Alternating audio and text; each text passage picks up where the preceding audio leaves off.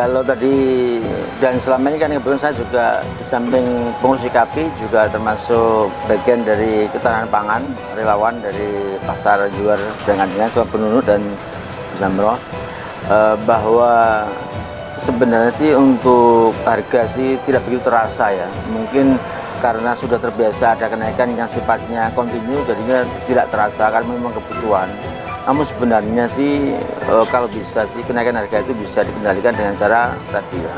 Kan pemerintah sudah punya badan yang melakukan ketahanan pangan. Itu coba dioptimalkan lah. Dan kemudian diratakan, kebetulan anggota kami Bu Nunu juga sudah mendaftarkan ke PPI. Juga belum terverifikasi. Harapan kami kalau anggota kami ada yang punya agen minyak kita atau yang lain itu kan bisa menjadi harapan para pedagang bisa belanja pada kami dengan lebih murah kan begitu. Cuma di sini memang dengan adanya ya maaf ya, dengan adanya MBG ini ternyata juga terkadang malah justru ya ada nilai positif pada nilai negatifnya, karena terkadang mereka tuh mengambil di tempat-tempat di grosir langsung, sehingga di pengecar itu juga terkadang malah justru malah nggak laku diaplikasikan. Jadi sebenarnya kan lebih ditata bagaimana agar supaya dengan adanya MBG yang memang penyerapan cukup besar untuk pengadaan makanan bergizi itu menggandeng lah ya pedagang kecil itu diajak bagaimana untuk mendistribusikan lah dengan dikasih aturan harga harus sekian kan begitu. Tapi ternyata sampai sekarang nggak pernah dilibatkan, sehingga akhirnya hanya orang-orang tertentu yang kaya makin kaya karena ya memang yang punya modal orang-orang yang kaya. Jadi selama ini dagangan tidak laku. Ya kurang lakunya karena dengan adanya penyerapan MBG yang mestinya harus ada nilai tambah, tapi justru nggak terasa, justru malah terkesan karena mereka sudah belanja di tempat grosirnya malah justru terabaikan ya agak sepi juga malah. Di sini terus terang ya, juga misalkan ya, ini untuk yang retailnya sangat sepi. Kalau untuk grosir masih jalan, karena memang grosir itu dibelanjai oleh orang-orang retail itu. Partai besar. Iya. Terus harapannya sendiri? Harapan kami Mbak sebenarnya pemerintah itu sebenarnya juga lebih kalau boleh ya seperti MBG itu justru diberupakan mungkin ya bantuan langsung lah ke orang tua wali murid dengan verifikasi yang memang akuntabel yang tidak bisa dihapusi.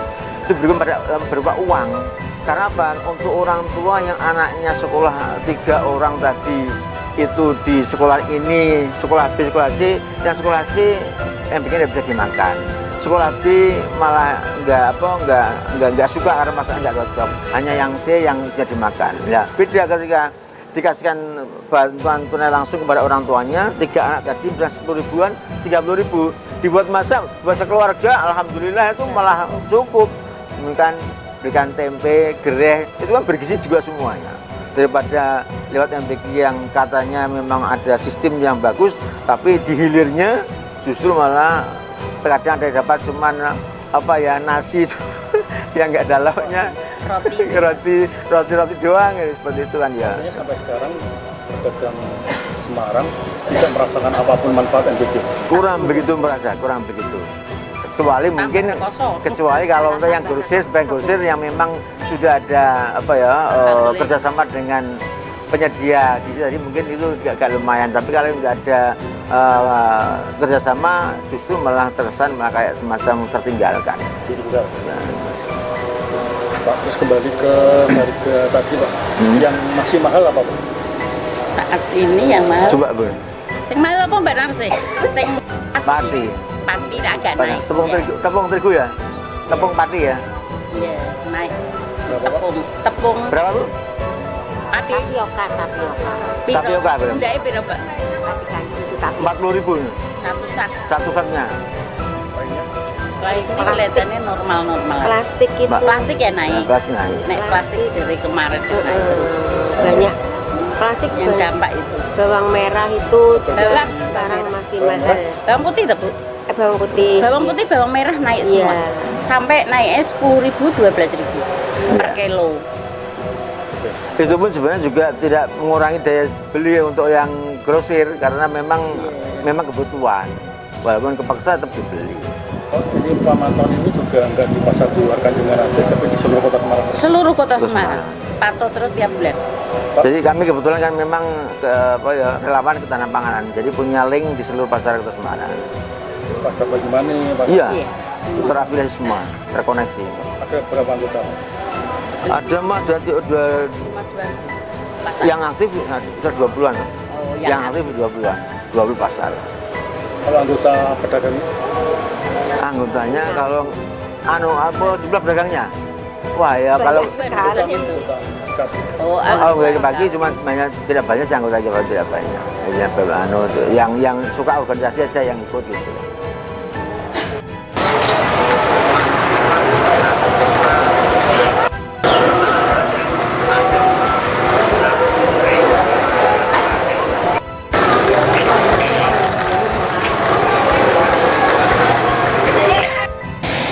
Ikatan Pedagang Pasar Indonesia.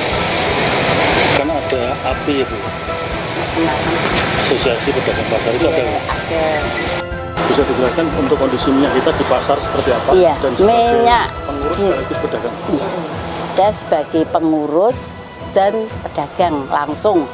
Tapi saya nggak pernah dapat jatah dari pemerintah untuk minyak goreng minyak kita.